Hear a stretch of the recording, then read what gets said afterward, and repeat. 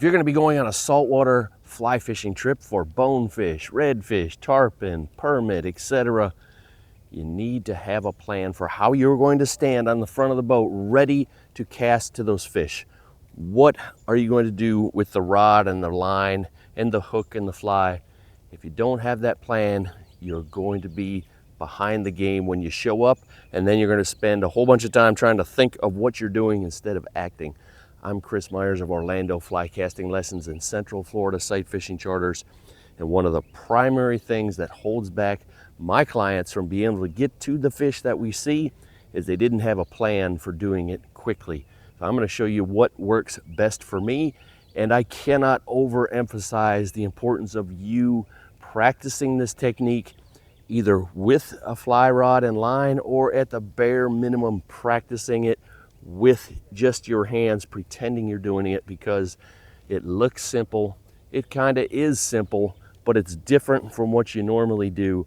And under the pressure of look at those fish, hurry up, they're right there, you're not going to be able to remember the correct steps. And you make a mistake in this, and at best, it causes you one or two extra strokes. At worst, it causes a big crash pileup and you miss the opportunity. So I'm going to show you what works for me. It's certainly not the only technique. It is my technique. I'm not filming this on a boat because I don't have a camera crew, and it's much easier to hold everything still, including the camera, at the correct angle standing on the shore. So let's assume this is the front of my boat. Here is water all around me. This is what I do. I pull at least 15 feet. So there's 9. Here's another 5 or 6 feet of fly line. Leader does not count. Fly line. At least 15 feet of fly line.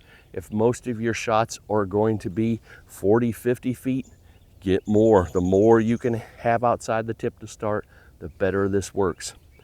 Then I grab the fly by the bottom of the J so that the hook is pointing up. That way it cannot go into my hand when we execute this move. Final step for setup is I'm going to come above the leader, and I have no formula to offer you for this. Wherever you feel comfortable, I usually get a few feet above the line leader connection. I'm going to drape that over my middle finger.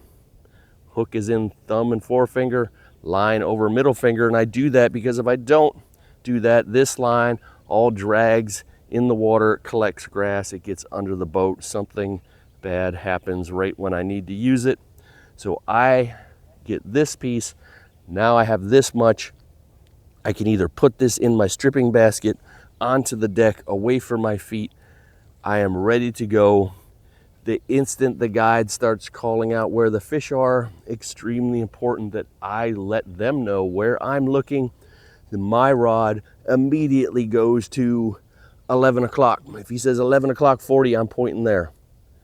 Because if I just stand up here and I kind of got my head turned, the guide isn't even sure if you're looking at him.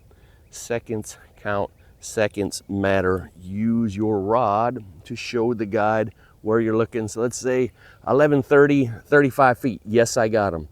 The instant you see them, this rod needs to be moving.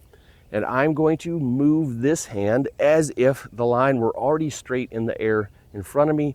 What would I do? I would make a back cast motion. My back cast motion goes slightly up, or at least level. It does not go down in the back. When I'm making that back cast motion, I'm going to let the line draped on my finger come off, not the fly. Very important, we do not chuck this down into the water or just throw this up into the air. Yes, you can eventually wave that slack out of there, but the purpose of this is to get to the fish quickly. You are adding extra strokes by doing that. Step 1, I should be in this position. Hand is back here, not down here, not out there. It follows the reel. I'm holding the fly, and I've essentially created a roll cast setup. Now I will have a loop in the air. This is my anchor that would normally be on the water, and I'm going to come forward. And here is the tricky part that gets people in trouble. Normally when we're casting, this hand isn't holding a fly, and we don't need to worry about the fly. Now we do. I'm doing this. So my fly is outside the rod. not on the inside. Here the fly pulls right out of my hand. If I do not have my hand over here, the fly can pull up and hit the rod. I've seen people hit themselves doing it, holding it over here. I hold it over there, the fly, I've done this thousands of times, the fly and the hook have never hit me ever. As soon as that leaves my fingers, I'm coming over here to get this line so that I can take it out from under that finger and begin my casting, and I'm going to need to be feeding line out every stroke, so I can't keep it pinched under this finger. I'm letting that out of my hand, grabbing it, go right into a back cast, right into a forecast. My regular cast begins. So let's put that all together at a little more normal speed. We set it up, we get our fly, we get it draped over our finger, wherever you find it comfortable. And I got 4 steps. 1, 2, 3, 4. Now we're at almost 50 feet with 2 backward movements, 2 forward movements. Now, it takes a considerable amount of time to set this up. Let me show you how I recommend you practice this without having to do all this and set it all up over and over and over again. Because the tricky part is going from here to grabbing the line. That's where I see people have the most struggle. Here's how we can set this up. We can do it once and then just keep casting. We're going to go, I see the fish, 1, 2, 3, 4. Now, as I got this going, put it back under my finger, see myself holding the fly, 1, 2, 3, 4. Put it back, set it under your finger, 1, see yourself with the fly, back cast, forward cast. Now you can practice multiple times letting that fly go, grabbing the line, letting the fly go, grabbing the line. You gotta have your hand here. If it's down here, you can't get up there and get it fast enough. You waste time. Wasted time equals missed fishing opportunities. It's all about the speed. That cast can get you 75 feet with 2 back motions if you're shooting line and you're maintaining tension and you started with some line outside your tip.